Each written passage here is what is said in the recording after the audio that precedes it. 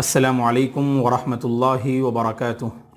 الحمد للہ رب العالمین والعاقبۃ للمتقین والصلاة والسلام علی رسولہ الامین وعلی آلہ وصحبہ اجمعین ومن تبعہ بإحسان الی یوم الدین، اما بعد۔ محترم ناظرین، باصلاحیت افراد کی قدر کیجیے، اس موضوع کے تحت چند باتیں ہم آپ کی خدمت میں رکھنا چاہتے ہیں۔ آج دنیا باصلاحیت افراد کی منتظر ہے، باصلاحیت افراد کی محتاج ہے۔ دنیا میں بہت سارے میادین ہیں، بہت سارے فیلڈز ہیں۔ ان تمام فیلڈز میں آج اگر کسی کی کمی ہے تو باصلاحیت افراد کی کمی ہے دوستو۔ اور مذہب اسلام کی یہ تعلیم ہے کہ انسان اپنے آپ کو پہچانے، اپنی شخصیت کو پہچانے کہ وہ کیا کر سکتا ہے، وہ کس میں مہارت پیدا کر سکتا ہے، اور کس کے ذریعے کس میدان میں قدم رکھ کر وہ دوسروں کو فائدہ پہنچا سکتا ہے۔ اس کے سلسلے میں ہر ایک کو سوچنے کی ضرورت ہے۔ آج بہت بڑا مسئلہ یہ ہوتا ہے کہ انسان کی مہارت کسی میدان میں ہوتی ہے، انسان کی دلچسپی کسی میدان میں ہوتی ہے، لیکن جس میدان کو وہ انتخاب کرتا ہے اس میدان میں نہ اسے کوئی مہارت ہوتی ہے اور نہ کوئی اسے دلچسپی ہوتی ہے۔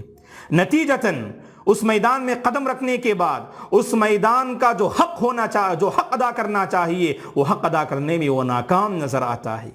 باصلاحیت افراد آج ہمارے سوسائٹی اور معاشرے میں پائے جاتے ہیں، انہیں کھنگالیں، انہیں تلاش کریں، انہیں ڈھونڈیں اور ان کی صلاحیتوں کو پروان چڑھانے کی فکر کرنی چاہیے۔ رسول اللہ صلی اللہ علیہ وسلم کی زندگی کا جب ہم مطالعہ کرتے ہیں تو آپ صلی اللہ علیہ وسلم نے اپنے صحابہ اکرام رضوان اللہ علیہم اجمعین کے اندر جو صلاحیتیں موجود تھیں، جو صلاحیتیں چھپی ہوئی تھیں، اللہ کے نبی نے ان صلاحیتوں کو نکھارا، اللہ کے نبی نے ان صلاحیتوں پر ان صحابہ اکرام کی ہمت افزائی فرمائی۔ یہ زید بن ثابت رضی اللہ تعالیٰ عنہ ہیں، بڑے ذہین صحابی تھے زید بن ثابت رضی اللہ تعالیٰ عنہ۔ جب یہودیوں کی زبان سیکھنے کی ضرورت پیش آئی، جب وہاں سے خط و مراسلت والا معاملہ شروع ہوا تو ان کی زبان سیکھنے کا جب دور آیا تو اللہ کے نبی نے صلی اللہ علیہ وسلم نے زید بن ثابت رضی اللہ تعالیٰ عنہ کا آپ نے انتخاب کیا، اور زید بن ثابت رضی اللہ تعالیٰ عنہ کو آپ نے حکم دیا کہ وہ یہودیوں کی زبان سیکھیں، اور اتنی مہارت تھی آپ کو زبان سیکھنے اور اسے کیش کرنے کی صلاحیت زید بن ثابت رضی اللہ عنہ کے اندر اس قدر تھی کہ صرف 15 دنوں میں زید بن ثابت رضی اللہ تعالیٰ عنہ نے یہودیوں کی زبان کو آپ نے سیکھ لیا اور اس میں آپ نے مہارت پیدا فرمائی۔ اللہ اکبر۔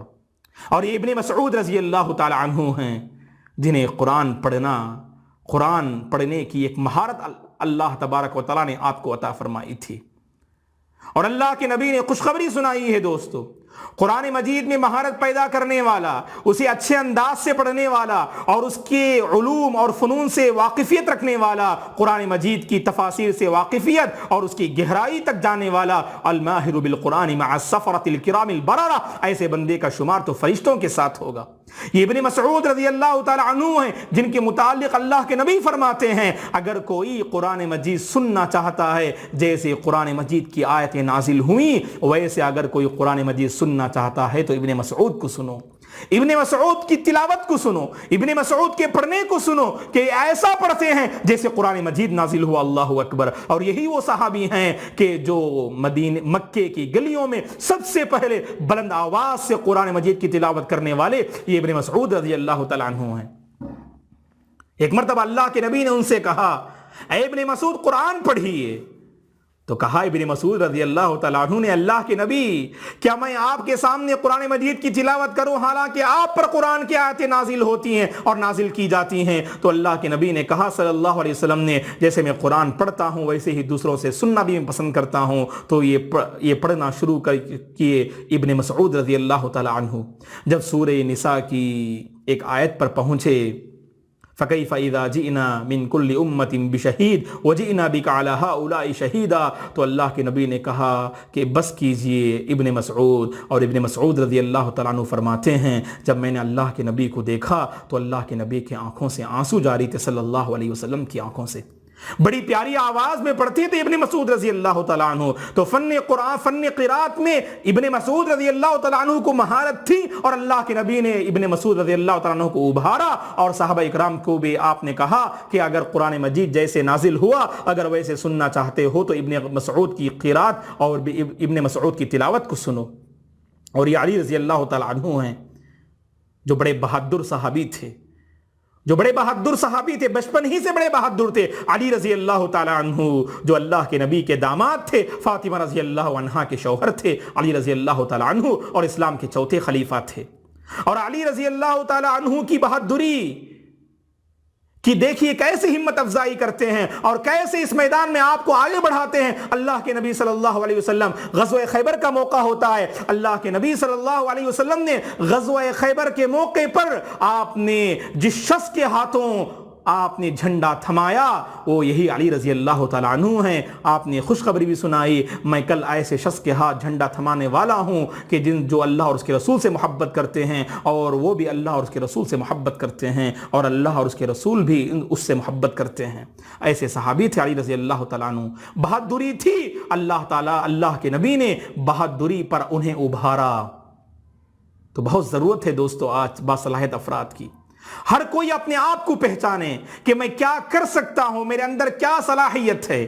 اگر آپ کوئی ڈگری حاصل کرتے ہیں تو خوب محنت کر کے پڑھیے اور اس کے اندر مہارت پیدا کیجئے، اور ایسی مہارت پیدا کیجئے جب آپ فیلڈ میں آئیں گے، میدان میں آئیں گے، آپ کی ذات دوسروں کے لیے نفع بخش ہونی چاہیے. آپ دوسروں کو کچھ دینے والے ہونا چاہیے، دوسروں سے لینے والے نہیں. کیونکہ آج مسلمانوں کا ایک بہت بڑا المیہ ہے کہ آج ہم دوسروں سے لینا جانتے ہیں اور دوسروں کو دینا ہم نہیں جانتے. دوستو یہ آج امت مسلمہ کا المیہ ہے، یہ مسلمانوں کا المیہ ہے. جبکہ آپ مسلمانوں کی تاریخ پڑھ کر دیکھیے، مسلمانوں کی تاریخ آپ کو بتائے گی کہ مسلمان دوسروں کو دینے والا ہوتا ہے اور دوسروں سے لینے والا نہیں ہوتا. یہ جو سائنس کے میدان میں لوگ جو ترقی کر رہے ہیں، نئی نئی چیزیں ایجاد کر رہے ہیں، یہ دراصل ہم مسلمانوں کی میراث ہے. دوستو کتنے ماہر سائنسدان گزرے ہیں مسلمان. یہ ابراہیم الفزاری، یہ جابر بن حیان، یہ جابر بن سنان، یہ الاسمعی، یہ الخوارزمی، یہ ابن سینا، یہ سب وہ مشہور مسلم سائنسدان ہیں جنہوں نے سائنس کے میدان میں اپنا لوہا منوایا تھا. ایسے ماہر سائنسدان، مسلم سائنسدان تاریخ میں گزرے ہیں، انہوں نے دنیا کو کچھ فائدہ پہنچایا. گواہ دی ہم نے جو اسلاف سے میراث پائی تھی، گواہ دی ہم نے جو اسلاف سے میراث پائی تھی، سریا سے زمین پر آسمان نے ہم کو دے مارا. مگر وہ علم کے موتی کتابیں اپنے آبا کی، جو دیکھے ان کو یورپ میں تو دل ہوتا ہے سی پارا. تھے تو وہ آبا تمہارے ہی مگر تم کیا ہو، تھے تو وہ آبا تمہارے ہی مگر تم کیا ہو، ہاتھ پر ہاتھ دھرے منتظر فردا ہو. تو ہمیں بھی آگے بڑھنا چاہیے. یہ ہماری میراث ہے دوستو، یہ ہماری پراپرٹی ہے.